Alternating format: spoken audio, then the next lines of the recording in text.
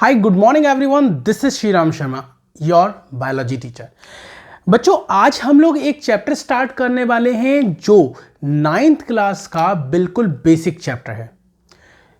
Not only the class of 9th, it is the basic of biology.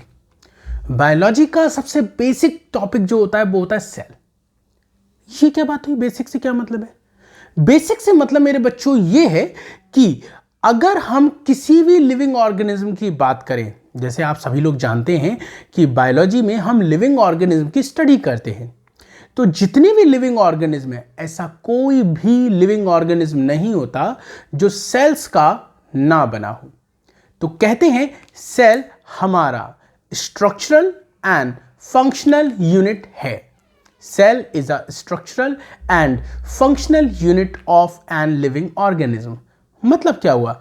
यही वो structure है जो हमारा पूरा का पूरा स्ट्रक्चर फॉर्म करेगा। यही वो स्ट्रक्चर है जो सारी वाइटल एक्टिविटीज परफॉर्म कराएगा। अब ये वाइटल एक्टिविटीज क्या होती हैं?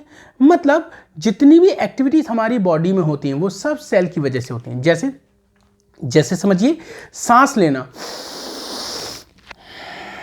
सांस ले रहे हैं, सांस छोड़ रहे हैं, ये कैसे हो रहा है? ब्रीदिंग का ये प्रोसेस किसकी वजह से हो पा रहा है? Just because of cell. हम फूड खा रहे हैं, उसका डाइजेशन हो रहा है, किसकी वजह से? Just because of cell. हम अपनी आईज ब्लिंक कर पा रहे हैं ऐसे ऐसे करके, कैसे? Just because of cell. मैं आपसे आज बात कर पा रहा हूं just because of cell. Clear हुआ?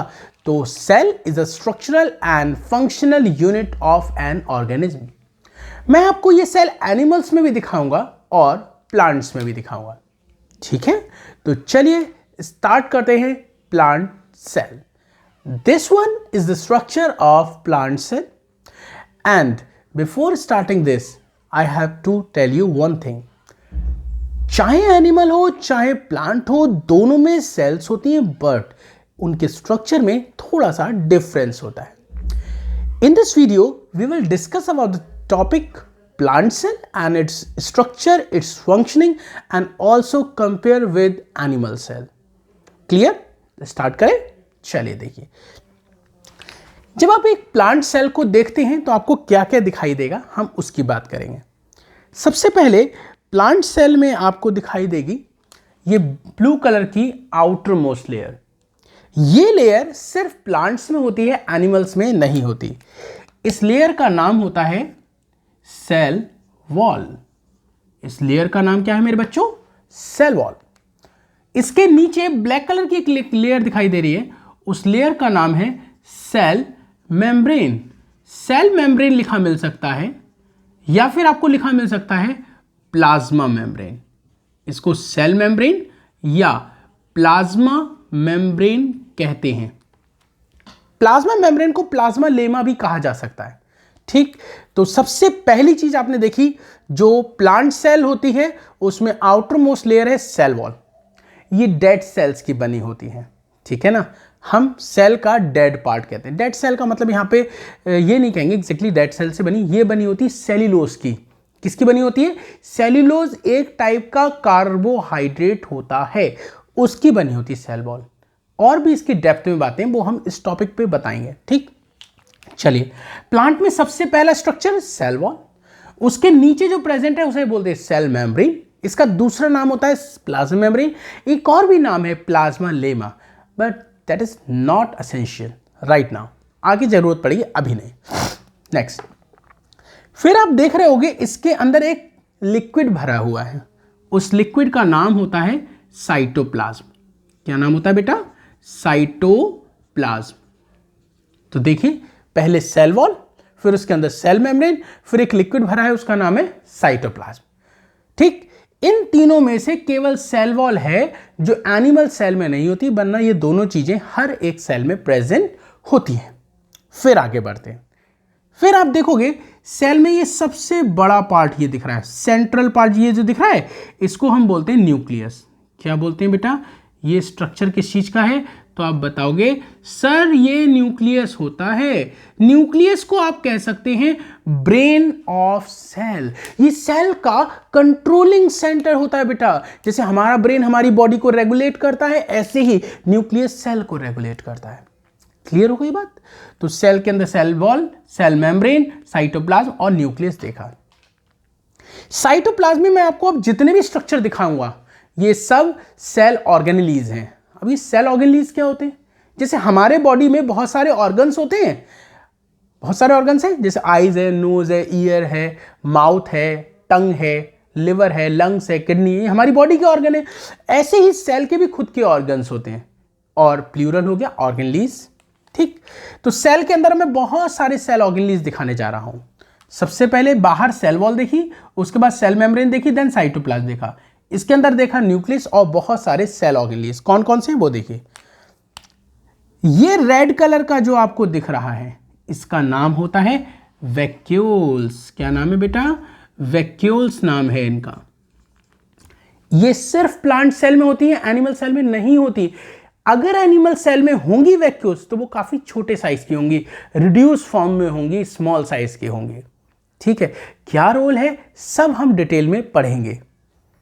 नेक्स्ट सेल ऑर्गेनेली, ये ग्रीन कलर का आपको दिखाई दे रहा है, इसका नाम है क्लोरोप्लास्ट। क्या नाम बेटा? क्लोरोप्लास्ट नाम है इसका। ठीक है, ये क्या होता है बच्चों? वैक्यूल प्लांट सेल में होगी, एनिमल में नहीं होगी, होगी तो छोटे साइज की होगी। क्लोरोप्लास्ट भी प्लांट सेल में होगी, एनिमल सेल में नहीं होगी। क्या काम है इसका? ये क्लोरोप्लास्ट ही वो ऑर्गेनेली है जिसकी वजह से प्लांट अपना फूड सेल्फ प्रिपेयर कर सकते हैं बाय फोटोसिंथेसिस। सुना होगा 6th क्लास में कि प्लांट में फोटोसिंथेसिस होती है, उसके थ्रू वो अपना खाना खुद बना सकते हैं, अपना फूड सेल्फ प्रिपेयर कर सकते हैं। इसीलिए प्लांट को क्या बोलते हैं बेटा? ऑटोट्रॉफ्स। क्यों बोलते हैं? अपना खाना खुद बना रहा है। हम लोग अपना खाना खुद बना सकते हैं? नहीं। लेकिन आप तो कहोगे मम्मी तो रोज बनाती है खाना। बेटा वो खाना बनाती नहीं है, वो खाना पकाती हैं। She cooked food, not made. खाना बनाना और खाना पकाना दो अलग चीजें। मम्मी आलू पका सकती हैं, आलू उग थोड़ी रहे। ऐसा थोड़ी कि मम्मी के हाथ से आलू निकल रहे हैं, यहां से बैंगन निकल रहे हैं, यहां से तुरई निकल रही, ऐसा थोड़ी होता है। वो तो उसको पका सकते हैं आपके स्वाद के अनुसार। ठीक है, हम लोग फूड पका सकते हैं, बना नहीं सकते। ये अपना फूड बना लेते हैं। क्यों? क्योंकि इनके पास क्लोरोप्लास्ट है, और क्लोरोप्लास्ट की वजह से अपना खाना खुद बना लेते हैं बाय फोटोसिंथेसिस। नेक्स्ट चीज समझो बच्चों, क्लोरोप्लास्ट के थ्रू खाना बन गया, इसके अंदर क्लोरोफिल है जिसकी वजह से ग्रीन कलर का दिखाई देता है। प्लांट जो है ग्रीन कलर का किसकी वजह से दिखाई देता है? क्लोरोप्लास्ट की वजह से। आगे बढ़े, चलिए। यहीं पर आपको देखने को मिलेगा माइटोकॉन्ड्रिया। माइटोकॉन्ड्रिया क्या होता है? इसे बोलते हैं power house of cell. Power house of cell का मतलब क्या हुआ? एक ऐसा स्ट्रक्चर जो सेल में एनर्जी प्रोड्यूस कर सकता हो। ऐसा स्ट्रक्चर जो सेल में एनर्जी प्रोड्यूस कर सकता हो उसे हम mitochondria, power house of cell कहते हैं। ये याद रखना है मेरे बच्चों। उसके बाद क्या देखेंगे? ये देखो, ये न्यूक्लियस है, इससे एक स्ट्रक्चर इधर जुड़ा है, एक इधर जुड़ा है। इसका नाम क्या होता है?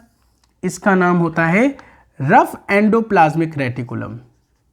ये है रफ एंडोप्लाज्मिक रेटिकुलम। अब ये क्या होता है बच्चों? ये सेल के अंदर का बहुत ही इंपॉर्टेंट स्ट्रक्चर है, शॉर्ट में बोलते हैं RER।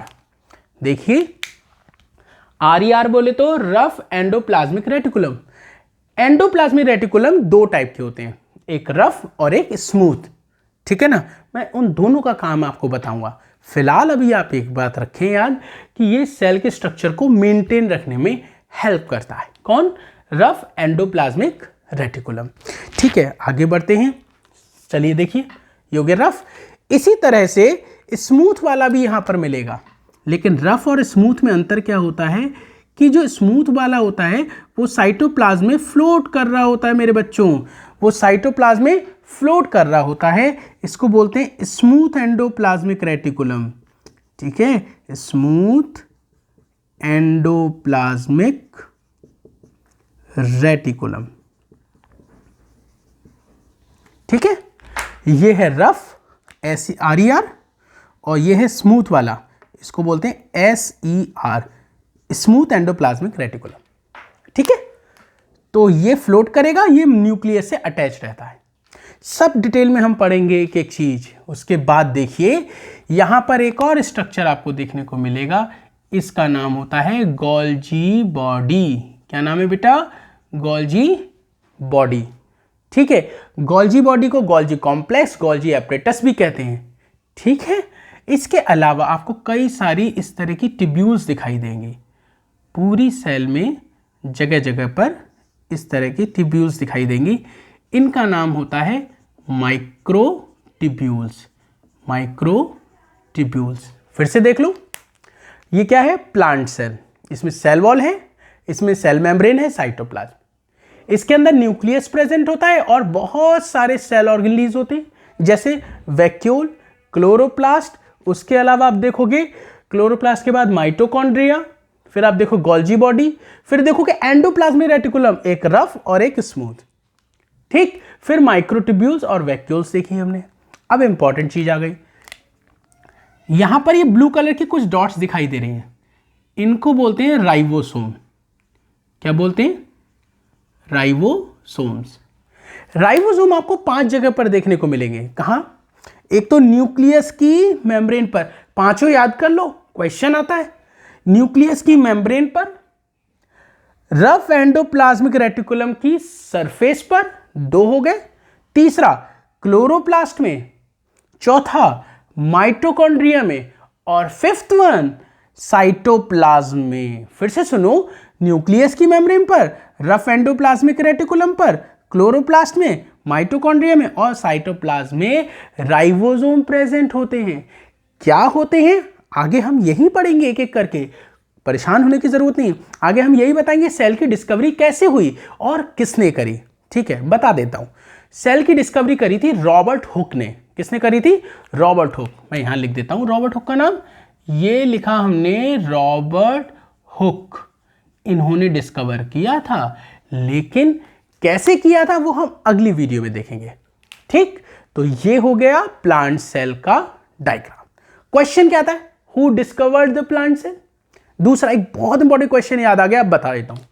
ये जो वैक्यूल है, मैंने बताया था प्लांट में होता है, एनिमल में नहीं होता, होगा तो छोटा होगा। इसकी जो मेम्ब्रेन होती है चारों तरफ, उसका नाम पूछते हैं, उसका नाम होता है टोनोप्लास्ट। मैं यहां लिख देता हूं, ये लिखा हमने टोनोप्लास्ट। फिर से सुन लो, टोनोप्लास्ट क्या है बेटा?